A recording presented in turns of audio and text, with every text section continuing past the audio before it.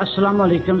آج ہم جس شخص کے بارے میں آپ سے بات کرنے والے ہیں وہ پاکستان کی تاریخ میں ایک ایسا نام ہے جو طاقت، ترقی اور تنازعات کے سنگم پر کھڑا دکھائی دیتا ہے۔ یہ نام ہے فیلڈ مارشل محمد ایوب خان کا،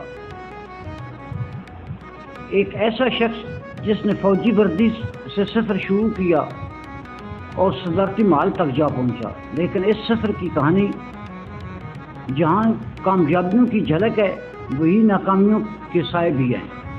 ایوب خان 14 مئی 1907 کو ہری پور ہزارہ میں پیدا ہوا۔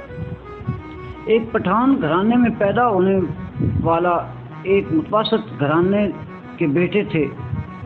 تعلیم حاصل کی اور نوجوانی میں برطانوی فوج میں شامل ہو گئے۔ برصغیر کی سیاست سے دور رہتے ہوئے بھی فوجی تربیت نے ان کے اندر ایک نظم و ضبط پیدا کیا۔ یہی نظم و ضبط آگے چل کر ان کی شناخت بنا۔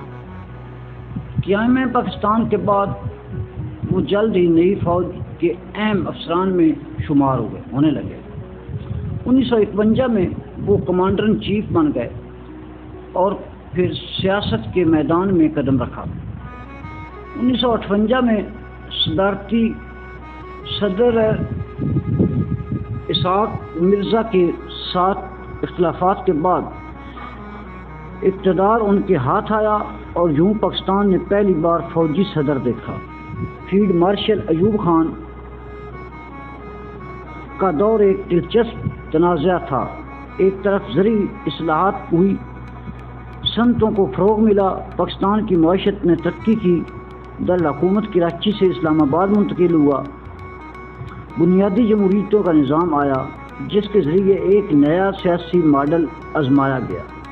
دنیا بھر ان کا تاثر ایک ترقی پذیر اور مضبوط حکمران کا تھا، لیکن تاریخ صرف کامیابیوں کا دوسرا رخ نہیں بھولتی۔ 1965 کی جنگ ان کے دور میں ہوئی۔ جنگ نے قوم کو یکجا تو کیا مگر سیاسی میدان میں انہیں کڑی مخالفت کا سامنا کرنا پڑا۔ مادر ملت فاطمہ جناح نے ان کے خلاف الیکشن لڑا۔ الیکشن جیتنے کے باوجود دھاندلی کے الزامات نے ان کے سکھ کو سخت نقصان پہنچایا۔ وقت گزرتا گیا، عوام احتجاج بڑھ گیا، طلباء، مزدور اور عام عوام ان کے خلاف اٹھ کھڑی۔ ترقی کا دور خوشحالی لایا مگر طبقاتی فرق بھی پیدا کر دیا۔